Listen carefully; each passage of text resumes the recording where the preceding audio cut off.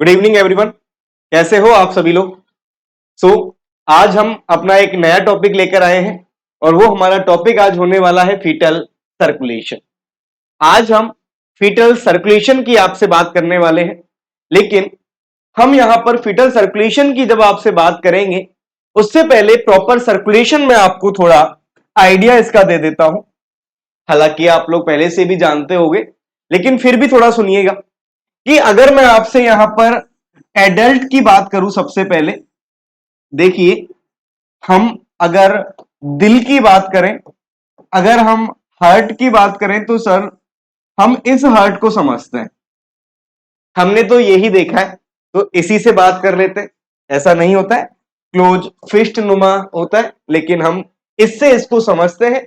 हम short and sweet तरीके से इसको समझने की कोशिश करें। देखिएगा, अगर हम एडल्ट हार्ट की बात करेंगे, एडल्ट हो या फीटल लाइफ में हो, अगर हम हार्ट की बात करेंगे तो इस हार्ट के अंदर 4 चैम्बर होते हैं। और ये 4 चैम्बर कौन कौन से होते हैं? Right atrium, right ventricle, left atrium और left ventricle. Right atrium, right ventricle, left atrium और लेफ्ट वेंट्रिकल। अब देखिए, यहां पर एक चीज और मैं आपको बताऊं कि राइट एट्रियम और राइट वेंट्रिकल के बीच में एक वाल्व पाया जाता है। इसको हम बोलते हैं ट्राइकस्पिड वाल्व। इसको हम क्या बोलते हैं? Tricuspid valve. यहां पर 3 कस्प पाए जाते हैं। और अगर हम बात करेंगे लेफ्ट एट्रियम और लेफ्ट वेंट्रिकल के बीच में कौन सा वाल्व पाया जाएगा? सर यहां पर पाया जाता है बाइकस्पिड वाल्व, या फिर हम इसी को क्या बोलेंगे? Mitral valve. ठीक है। फीटल सर्कुलेशन को पढ़ने से पहले हम एडल्ट का जो नॉर्मल सर्कुलेशन है उसको आपको बता रहे। तो यहां पर हमने बताया कि 4 क्या है? चैम्बर।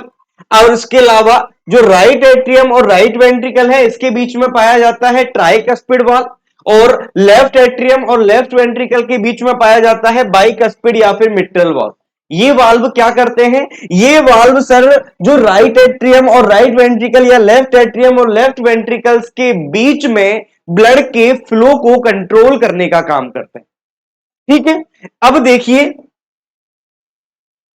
हमारे शरीर से जो ब्लड आता है, देखो हमारे शरीर में जो ब्लड जाएगा वो तो होगा प्योर ब्लड। प्योर का मतलब होता है ऑक्सीजनेटेड ब्लड। और ऑक्सीजनेटेड ब्लड का मतलब है कि ऐसा ब्लड जिसके अंदर ऑक्सीजन की परसेंटेज ज्यादा होगी। इसका मतलब यह नहीं कि यहां पर कार्बन डाइऑक्साइड प्रेजेंट नहीं होगा, लेकिन इसका मतलब यह है कि यहां पर जो ऑक्सीजन है उसकी मात्रा ज्यादा होगी, वो होगा ऑक्सीजनेटेड। लेकिन हमारे शरीर से जो आएगा उसमें क्या होगा कि सर वहां से ऑक्सीजन को तो यूटिलाइज कर लिया जाएगा हमारी बॉडी की सेल्स के द्वारा।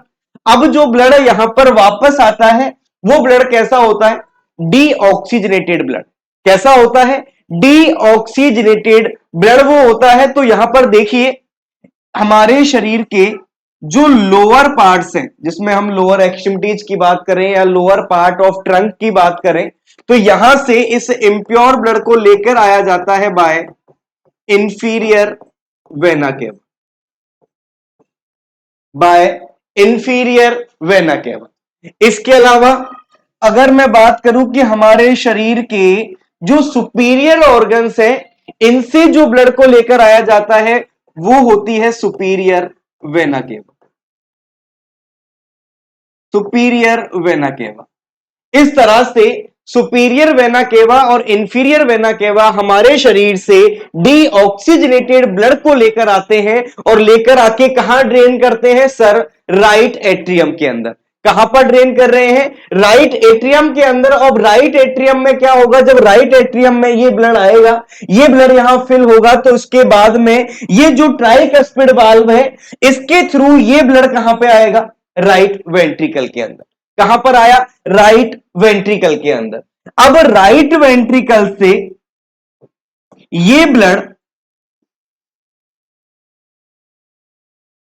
यहां पर प्रेजेंट होती है pulmonary vein, sorry pulmonary artery. Pulmonary artery. यहां पर क्या प्रेजेंट है? पल्मोनरी आर्टरी, जो कि नंबर में 2 होती है, जो कि नंबर में 2 होती है। अब यहां पर आप ये सोच रहे होंगे कि सर आर्टरी के अंदर तो हमने पढ़ा है कि प्योर ब्लड जो है वो फ्लो होता है, लेकिन मैं आपको बताऊं कि आर्टरी की डेफिनेशन ये नहीं होती कि इसमें प्योर ब्लड ही क्या होगा? फ्लो होगा। आर्टरी की डेफिनेशन ये होती है कि जो ब्लड को लेकर जाती है, जो ब्लड को लेकर जाती है, जो ब्लड वेसल जो है वो ब्लड को लेकर जाती है, उसको हम क्या बोलते हैं? आर्टरी। और पल्मोनरी जो शब्द है वो काम में लिया जाता है फॉर लंग्स। तो इस तरह से हम यहां पर देखेंगे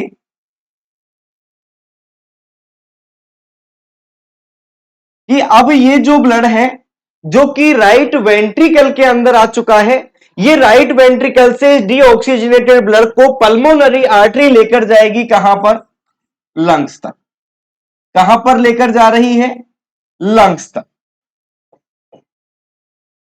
कहां पर लेकर आई? लंग्स तक। और लंग्स से अब इस ब्लड को पहले तो इन लंग्स के द्वारा प्योरीफाई किया जाता है, तो अब यहां पर जो आगे ब्लड फ्लो होगा ये प्योरीफाइड ब्लड फ्लो होगा। मतलब अब ये ब्लड का कैसा है? ऑक्सीजनेटेड ब्लड है, जिसको पल्मोनरी वेन के द्वारा लंग्स से लेफ्ट एट्रियम में डाला जाता है। ये जो पल्मोनरी वेन है ये नंबर में 4 होती है और ये प्योर ब्लड को लंग्स से लेकर आती है लेफ्ट एट्रियम तक, लेफ्ट एट्रियम तक। और हमने यहां पर देखा ये जो लेफ्ट एट्रियम और लेफ्ट वेंट्रिकल है, इन दोनों के बीच में एक वाल्व पाया जाता है जिसको हमने बोला बाइकस्पिड वाल्व, जिसका दूसरा नाम है मिट्रल वाल्व। ये जब ओपन होगा तो लेफ्ट एट्रियम से ब्लड कहां पे आएगा? लेफ्ट वेंट्रिकल के अंदर आएगा। देखो यहां भी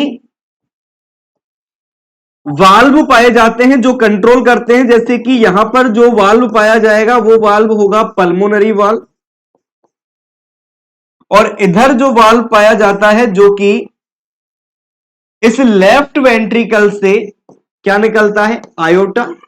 और यहां से जो वाल्व पाया जाता है वो वाल्व होता है आयोटिक वाल्व। आयोटिक वाल्व यहां पर प्रेजेंट होता है जो कि इस लेफ्ट वेंट्रिकल और आयोटा के बीच में क्या करेगा? इस फ्लो को, ब्लड के फ्लो को कंट्रोल करने का काम करेगा।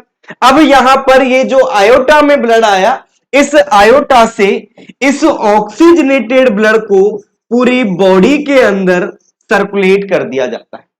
बॉडी के अंदर सर्कुलेट कर दिया जाता है, पूरे बॉडी सिस्टम्स को सर्कुलेट कर दिया जाता है। इस तरह से ये क्या हो गया? ये एडल्ट लाइफ के अंदर ब्लड का सर्कुलेशन हो गया, जिसके अंदर हमने देखा कि ब्लड को लेके आया गया इंफीरियर वेना केवा और सुपीरियर वेना केवा के द्वारा पूरी बॉडी से आने वाला ब्लड होगा डीऑक्सीजनेटेड ब्लड, जिसको राइट एट्रियम में डाला। राइट एट्रियम से ब्लड ट्राइकस्पिड वाल्व के द्वारा राइट वेंट्रिकल के अंदर आया। राइट वेंट्रिकल से पल्मोनरी आर्टरी के द्वारा इस डीऑक्सीजनेटेड ब्लड को लंग्स तक लेकर जाया जाता है। और लंग्स क्या काम करता है? सर लंग्स के अंदर गैसेज का एक्सचेंज होता है और ये प्योरिफिकेशन ऑफ ब्लड करवाता है। हम रेस्पिरेटरी सिस्टम पढ़ेंगे तो इस प्योरिफिकेशन को बताएंगे, और एक शॉर्ट वीडियो में आपको यह भी बताएंगे कि किस तरह से कैपिलरीज, आर्टेरियोस, आर्टरी, आयोटा, ये सब जो रेंज है ना, इसको आपको एक शॉर्ट वीडियो आपको मिल जाएगी अपने चैनल पर। उस शॉर्ट वीडियो के अंदर उसके बारे में बताया गया है। इसके अलावा हमने देखा कि लंग्स के अंदर इस डीऑक्सीजनेटेड ब्लड का प्योरिफिकेशन करवा दिया गया। अब इस लंग से पल्मोनरी वेन्स के द्वारा इस ऑक्सीजनेटेड ब्लड को कहां पे ले आया गया? इस लेफ्ट एट्रियम के अंदर। लेफ्ट एट्रियम और लेफ्ट वेंट्रिकल के बीच में बाइकस्पिड वाल्व या फिर मिट्रल वाल्व प्रेजेंट है। अब ये क्या करेगा? इस वाल्व जब ओपन होगा तो लेफ्ट एट्रियम से लेफ्ट वेंट्रिकल में ब्लड का फ्लो होगा। अब लेफ्ट वेंट्रिकल से आयोटा के द्वारा पूरी बॉडी के अंदर इस ऑक्सीजनेटेड ब्लड को क्या कर दिया जाता है? ट्रांसफर कर दिया जाता है, इसका फ्लो हो जाता है और ये सर्कुलेट कर दिया जाता है। अब आपको मैं एक चीज बताऊं, अगर आप इस पोर्शन को देखोगे,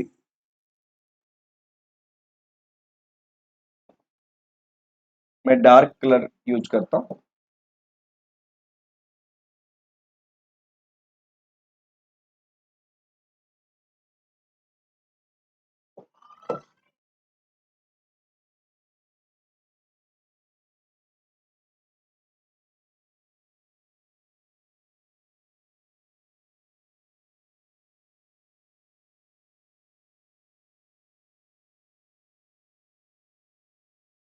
देखिए इधर साइड वाला जो फ्लो है इसको हम बोलेंगे पल्मोनरी सर्कुलेशन।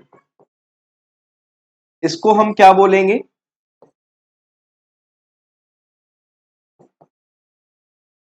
पल्मोनरी सर्कुलेशन, जो कि किसको सर्कुलेट किया जा रहा है? लंग्स को। तो पल्मोनरी सर्कुलेशन में कौन कौन इन्वॉल्व है? Right atrium, right ventricle, pulmonary artery, ये सभी किसके अंदर इंक्लूड किए जाएंगे?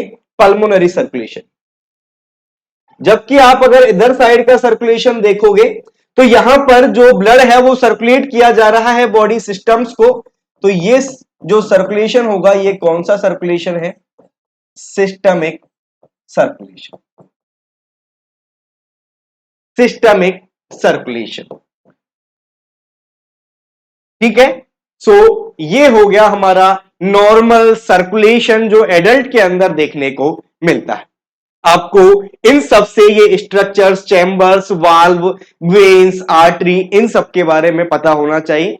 अब आपको जब कार्डियोवैस्कुलर सिस्टम स्टार्ट करेंगे, कुछ दिनों में ही हम स्टार्ट करने वाले हैं, लाइव क्लासेज उसकी होंगी आपकी, तो आप उसमें देखेंगे, आपको उसमें सब बताया जाएगा, कब फिल होगा, क्या S1 sound, S2 sound, love Dove, सब कुछ आपको उसके अंदर बताया जाएगा।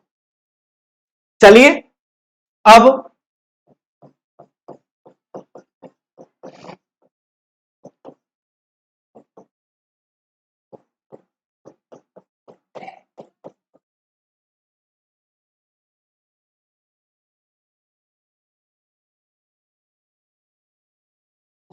इसके बाद अब हम अपने टॉपिक पर आते हैं जो है फीटल सर्कुलेशन। जैसा कि नाम से पता चल रहा है कि यहां पर फीटल शब्द का मतलब क्या है? फीटस से इसका मतलब होता है फीटस। और फीटस क्या होता है? जब बच्चा माता के गर्भ में होता है तब 3 स्टेज प्रेजेंट होती है। देखो, कंसेप्शन से लेकर, कंसेप्शन का मतलब है कि जब एग और स्पर्म मिलते हैं, से लेकर 2 वीक्स तक का जो प्रोडक्ट होता है उसको हम बोलते हैं जाइगोट। उसको हम बोलते हैं जाइगोट, युग्मनज जिसको बोला जाता है। और आगे हम बात करेंगे 3 वीक्स से लेकर और 8 वीक्स तक का जो प्रोडक्ट होगा उसको हम बोलेंगे एम्ब्रायो, भ्रूण जिसको बोलते हैं एम्ब्रायो। और इस वाली फेज में आपको याद रखनी है कि ये जो एम्ब्रायो है ये स्टेज ऑफ ऑर्गेनोजेनेसिस होती है।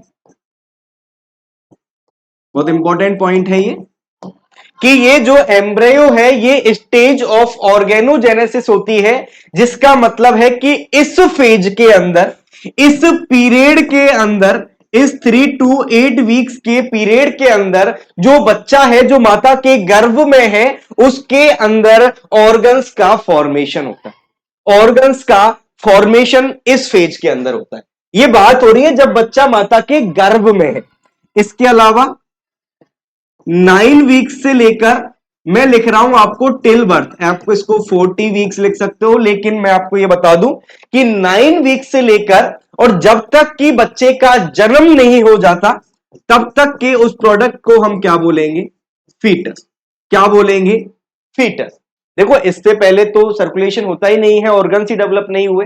तो हमने ये बताया कि यहां पर जो ये फीटस है, जो ये 9 वीक्स से लेकर और जब तक जन्म नहीं हो जाता तब तक वाला जो प्रोडक्ट है, वो जो स्टेज है, उसको हम बोलते हैं फीटस।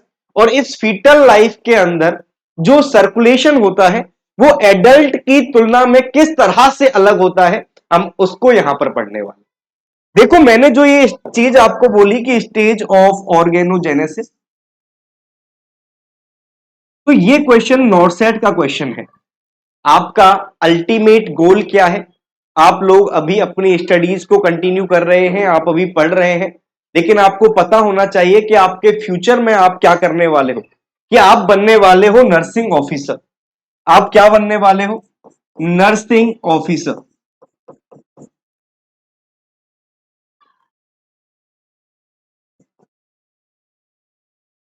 और आपको गोल अपना यही रखना है कि हमें सेंट्रल गवर्नमेंट के अंदर एक जॉब चाहिए, सेंट्रल गवर्नमेंट हॉस्पिटल्स के अंदर या फिर एम्स के अंदर,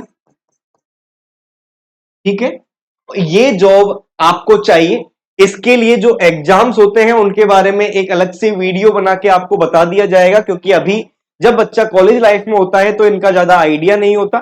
तो आपको जो गोल है वो ये होना चाहिए, और ये गोल फुलफिल कब होगा, जब आप इन छोटी छोटी चीजों को याद रखते हुए चलोगे, जिससे कि आप जब एग्जाम के बाद या फिर जब आपका ये एकेडमिक कंप्लीट हो जाएगा उसके बाद जब प्रिपरेशन करोगे तब आपको क्या होगा, तब आपको इन चीजों में आसानी होगी, तब आपको ये चीजें बहुत जल्दी याद होंगी, आप रिमाइंड कर सकोगे। तो अभी से ही इन छोटी छोटी चीजों को जो बच्चा याद रखते हुए चलेगा वो आप जल्दी से ही ये पद पालेगा और अपने जीवन में सफलता की पहली सीढ़ी तो वो चढ़ जाएगा। तो अपना एक गोल बना के रखिए और वो तभी पूरा होगा जब आप इन चीजों को पढ़ते हुए चलो। चलिए अब आपको एक चीज मैं बताऊं कि फीटल सर्कुलेशन की जो हम बात कर रहे हैं, तो उस फीटल सर्कुलेशन के अंदर सबसे पहली बात तो यह है कि इस फीटल लाइफ के अंदर ये जो लंग्स हैं वो इमेच्योर होते हैं। फीटल लाइफ के अंदर लंग्स जो हैं वो इमेच्योर होते हैं, लंग्स जो हैं वो नॉन फंक्शनल होते हैं। क्या आप इतनी सी बात को समझ पा रहे हो कि इस फीटल लाइफ के अंदर ये जो हमारे लंग्स है ना, जो कि क्या करवा रहे हैं, जो कि प्योरिफिकेशन ऑफ ब्लड करवा रहे हैं, वो प्योरिफिकेशन नहीं हो पाएगा तो हमारे बॉडी में जो डीऑक्सीजनेटेड ब्लड है वो ऑक्सीजनेटेड में कन्वर्ट नहीं होगा, और कन्वर्ट नहीं होगा तो क्या डीऑक्सीजनेटेड ब्लड से काम चलेगा। आपको एक बात पता होनी चाहिए कि एरोबिक अगर रेस्पिरेशन होता है, मेटाबॉलिज्म होता है, तो उस दौरान जो एटीपी बनते हैं वो होते हैं 36 या 38 एटीपी, और इसका मतलब है एटीपी एनर्जी की फॉर्म है, और अगर एनएरोबिक रेस्पिरेशन होगा तो उस कंडीशन में सिर्फ 2 एटीपी बनेंगे, ओनली 2 एटीपी। तो इसका मतलब एनर्जी ही नहीं रहेगी, लैक्टिक एसिड बन जाएगा कि एसिडोसिस हो जाएगा, इस कंडीशन में थकान बहुत ज्यादा होगी और अलग कॉम्प्लिकेशंस आएंगे वो अलग। तो इस दौरान हमें क्या चाहिए, हमारे बॉडी में ऑक्सीजन की डिमांड होती है, ऑक्सीजन से ही तो हमारी बॉडी में एनर्जी आती है। तो अब जब लंग्स नॉन फंक्शनल है तब कैसे काम करता है फीटल, वो यहां पर हमें पढ़ना। तो देखिए फीटल सर्कुलेशन जिसके अंदर मैंने बताया लंग्स इमेच्योर होते हैं। एक चीज और मैं आपको बताऊं कि फीटल लाइफ के अंदर जो फीटस और मदर है, फीटस और मदर जो है वो एक यूनिट से कनेक्टेड होते हैं, और वो होती है इनका बीच का जो कनेक्शन होता है ना वो होता है प्लेसेंटा। जो प्लेसेंटा है वो इन दोनों के बीच का कनेक्शन है। मैं आपको इसकी इमेज दिखा देता हूं।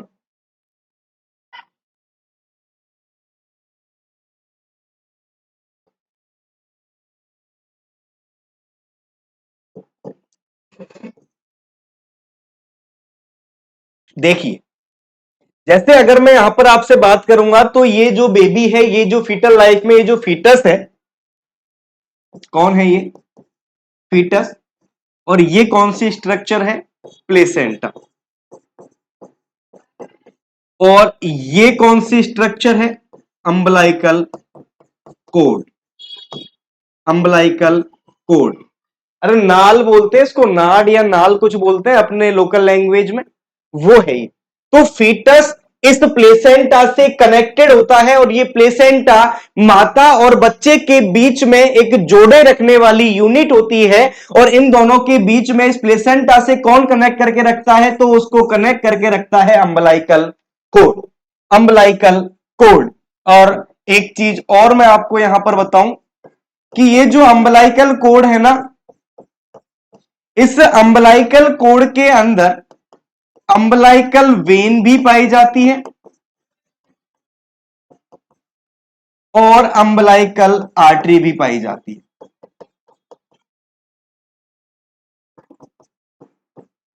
ठीक है, और एक चीज और बताऊं कि ये जो वेन है ना, ये जो वेन है ना, ये क्या करेगी, ये कैरी करेगी ऑक्सीजनेटेड ब्लड को, ऑक्सीजनेटेड ब्लड को कैरी करेगी फ्रॉम प्लेसेंटा टू फीटस। और ये जो अम्बलाइकल आर्टरी है ये क्या करती है, ये कैरी करती है डीऑक्सीजनेटेड ब्लड को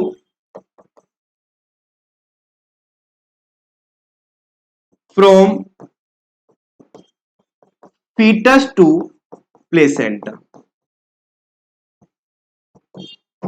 फ्रॉम फीटस टू प्लेसेंटा। क्या होता है यहां पर कि हमने यहां पर देखा कि ये जो प्लेसेंटा है जो कि मदर और बेबी के बीच को यूनिट है जो कि कनेक्ट करके रखती है, और इसी के द्वारा जो माता से जो खाद्य पदार्थ, जो न्यूट्रिएंट, जो ऑक्सीजन है, वो सभी इस प्रोडक्ट के द्वारा, इस स्ट्रक्चर के द्वारा, इस प्लेसेंटा से कहां पर जाती है, फीटस को मिलती है। अब यहां पर इसको लेकर कौन जाता है, तो हमने देखा कि अम्बलाइकल कोर्ड, जिसके अंदर अम्बलाइकल वेन और अम्बलाइकल आर्टरी पाई जाती हैं, ये अम्बलाइकल वेन तो लेकर जाती है ऑक्सीजनेटेड ब्लड को फीटस तक, और ये जो अम्बलाइकल आर्टरी है वो लेकर आती है फीटस से डीऑक्सीजनेटेड ब्लड को प्लेसेंटा तक। क्योंकि यहां पर ये जो प्योरिफिकेशन का काम है ये फीटस के अंदर तो नहीं हो सकता, क्योंकि इसका लंग्स नॉन फंक्शनल है, इसलिए इस काम को मदर का लंग्स ही करते हैं। और यहां पर इसके नंबर में अगर बात करूं आपसे,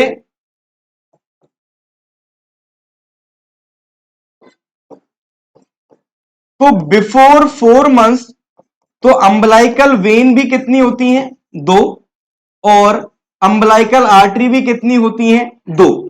लेकिन आफ्टर 4 मंथ्स, गेस्टेशनल एज की बात है ये, जब माता के गर्भ में है, अंदर ही चल रहा है सब कुछ,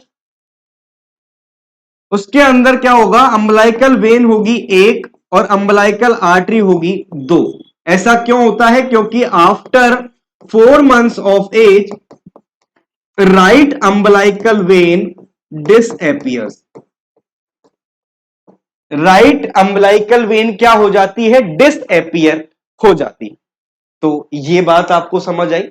और एक चीज और मैं आपको यहां बताऊं, इस क्लास के अंदर हम 2 क्लासेस के अंदर इस फीटल सर्कुलेशन को कंप्लीट करेंगे, जिसमें हमने एक इंट्रोडक्टरी पार्ट दिया और उसके बाद सेकेंड वीडियो जो कि कल आपको अपलोड करवा दी जाएगी, तो उस वीडियो के अंदर आप देखोगे कि फीटल सर्कुलेशन किस तरह से होता है। ये एक भूमिका हो गई उसकी। तो चलिए, इसमें मैं आपको बताऊं कि 3 शंट्स प्रेजेंट होते हैं इस फीटल सर्कुलेशन के अंदर। 3 शंट्स प्रेजेंट होते हैं। शंट का मतलब है एक स्ट्रक्चर का दूसरी स्ट्रक्चर से कनेक्शन, कनेक्शन वो प्रेजेंट होते हैं। वो कौन कौन से होते हैं, डक्टस विनोसस,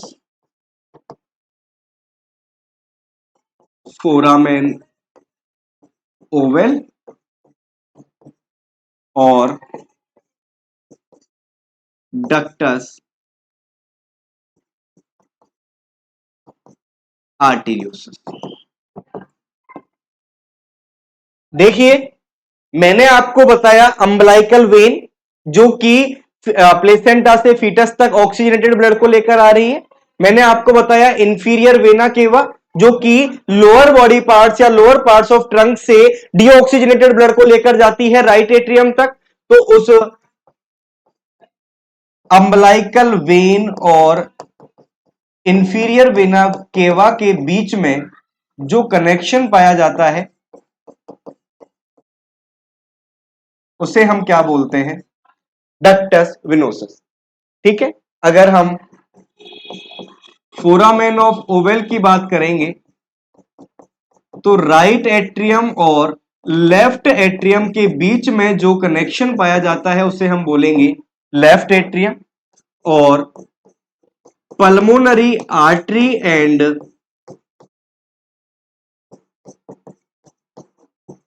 आयोटा के बीच में जो कनेक्शन पाया जाता है उसे हम बोलेंगे डक्टस आर्टेरियोस। इनके कहां कहां किस तरह से प्रेजेंट होती हैं ये सब बताएंगे, और इससे आपको पता लगेगा कि ये जो शंट है ये हेल्प करते हैं कि जो ऑक्सीजन की सैचुरेशन है उसको मेंटेन करके रखें। ठीक है। तो इस तरह से हमने फीटल सर्कुलेशन के बारे में कुछ पॉइंट्स को यहां पर डिस्कस किया है। इसके आगे वाला पार्ट आपको नेक्स्ट वीडियो में बता दिया जाएगा और इस तरह से हम फीटल सर्कुलेशन को कंप्लीट करेंगे। आशा करता हूं कि ये आपको समझ आया होगा, आपके लिए काफी बेनिफिशियल होगा और ये आपके आगे आने वाले आपकी करियर अपॉर्चुनिटीज के लिए भी बहुत ज्यादा बेनिफिशियल और इंपॉर्टेंट टॉपिक है। तो अच्छे से पढ़िएगा, अच्छे से समझिएगा। कोई भी डाउट लगे आप कभी भी कमेंट सेक्शन में कमेंट करके पूछ सकते हो, आपको जवाब दिया जाएगा। Thank you. और इस वीडियो को शेयर कर दीजिएगा जिससे कि आपके साथियों तक, आपके दोस्तों तक ये वीडियो पहुंच सके और वो भी इस टॉपिक को अच्छे से समझ सके। Thank you so much.